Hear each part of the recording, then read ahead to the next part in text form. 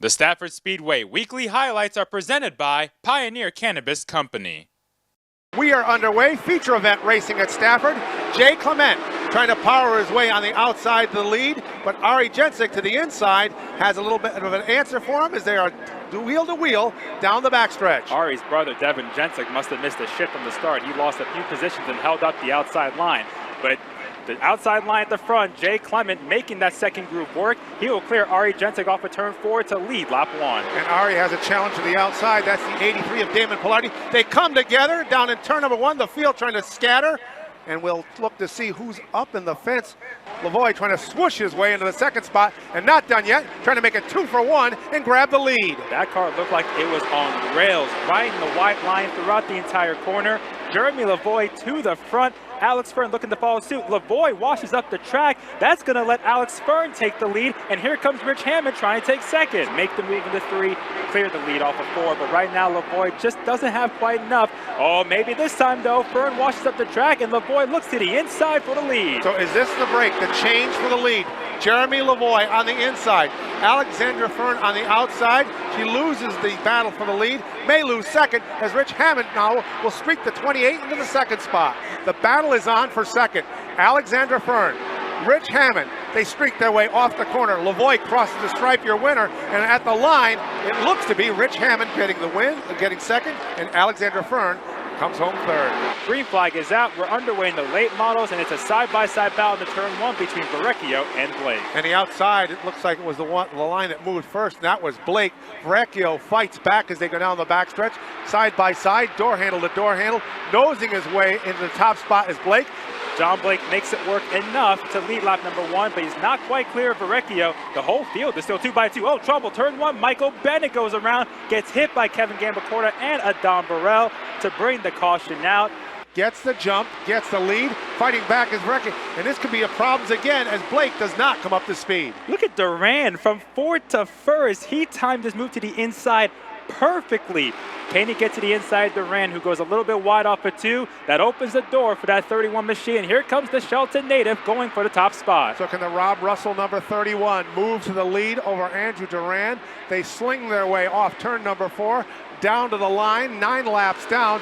New leader at the front, it's Andrew Moeller. Trouble for Tom Fern in turn 4. That car washed up the track again. He might have a flat right front tire as he makes his way on the pit road. Is the 23 of Kevin Gambacorta, who had to go to pit road. Up front, here comes Adam Gray going for the lead. He got a great run off of turn 2, goes to the inside of Moeller into turn 3. Does he have enough to clear the Shelton native? Here comes Adam Gray, the 3-time late model champion, sliding off of turn number 4. He'll lead the lap and clear Moeller. The winner last week, the last 2 weeks, has now moved into the 5th spot. Oh, trouble. Turn 4, Chase Cook backs it into the guardrail at a good rate, and that'll bring out the caution with 6 laps to go. And the 97 found its way back up in front.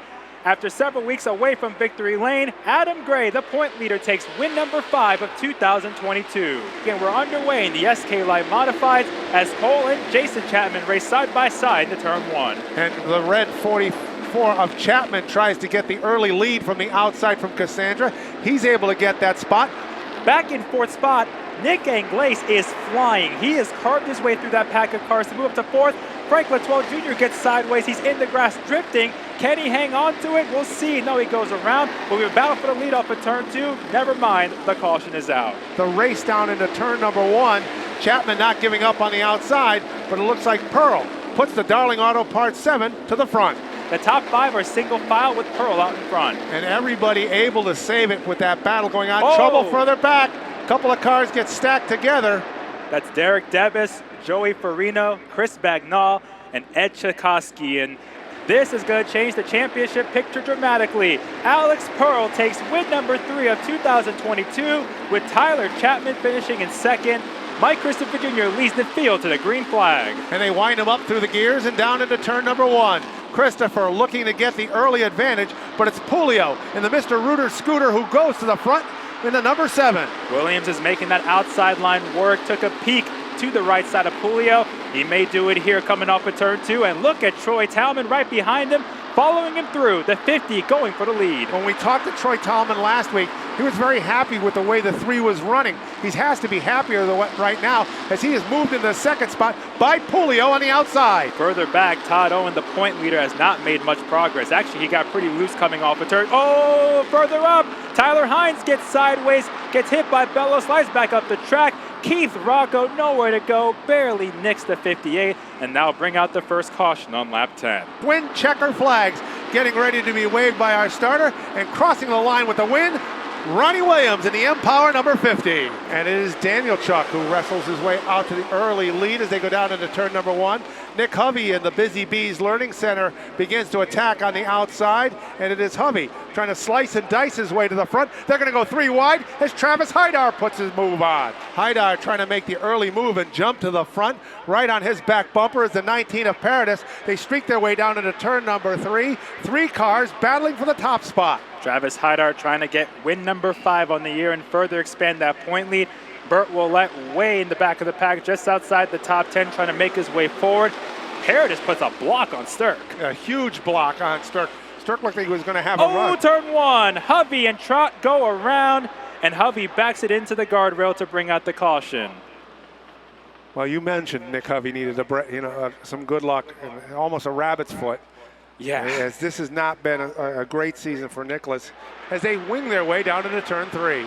Still side by side, even through 3 and 4. Downey making that outside line work to a certain extent.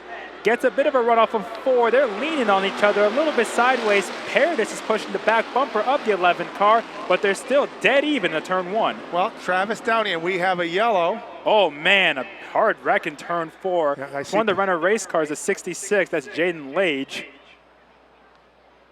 We'll have to see what might have happened there, but that car is heavily damaged. The sophomore year continues for Travis Downey. Sophomore slump? I don't think so. Travis Downey takes win number 3 of 2022. Ryan Priest, Max Zackham, 80 laps of thunder here on the half mile. We are underway. The drag race down into turn number 1 is won by the Hunt brothers, number 40 of Ryan Priest. But that 81 rolls the top real good. Up front, Christopher gets a run up at turn 2, looks inside of Priest for the lead. So he is able to chisel his way underneath Priest. Mike Christopher Jr. leads him back to the line. Race 1 down into turn 1 by Christopher, the Baldwin 7 on the inside. But now Priest overpowers him as a little trouble for Christopher. Christopher's off the pace, and they're wrecking behind him in turn 2. Keith Rocco's in the wall. Anthony Flannery spins. Jeff Gallup's in the infield grass. That brings out the caution as something went awry in the 7NY, and that caused the whole field to check up. Dowling gets super sideways off 4. He goes around in the infield grass. The car slowly skids to a stop, but it brings out the caution. Yeah, the problem with the Priest machine was the left rear. They just could not get that lug nut off in time, and boy, Ryan was frustrated there trying to get out of the pits. And Ronnie Williams has pulled away by what, about 10 car lengths. Trouble for Zackham's off the Zackham. pace. Max Zackham's off the pace from 4th spot. Something has gone amiss in that 20 car. What a shame for that 20 car. He was so fast, and he's going to stop in turn 3. It looks like he's not even going to make it to the access road, and that's going to bring out the caution flag with 13 laps to go. Is this the final restart of the race? It is won on the outside by the 88 of Pitcat as he gets pushed into turn 1, and now the field stacks up behind him. We got multiple cars up in the safer barrier. Matt Gallo, who had such a great run, is involved. Tyler Berry, Mark Bakai. I think it looks like Dylan Izzo in the 11 as well as Jeff Gallup. Priest trying to take the 3rd spot. Hodgson right on the back bumper of Woody. So Priest now moves into and a battle for the lead as Pitcat gets out of shape. Teddy Hodgson leads the charge off turn number 2. Woody Pitcat in 2nd, and Ryan Priest right below as they go into turn 3. Pitcat gave a shot to the 55. He returns to Faber, sends it deep in the 3. He takes the lead back. Dynamite racing as they take the stripe. 6 laps to go. Pitcat back in front. Priest drives it in deep. Can he get to the back bumper of Pitcat? No, he cannot. A look off at turn 4. A little bit of contact. Checkered flag. 3 in a row for Woody Pitcat. He wins the Lincoln Tech Open 80.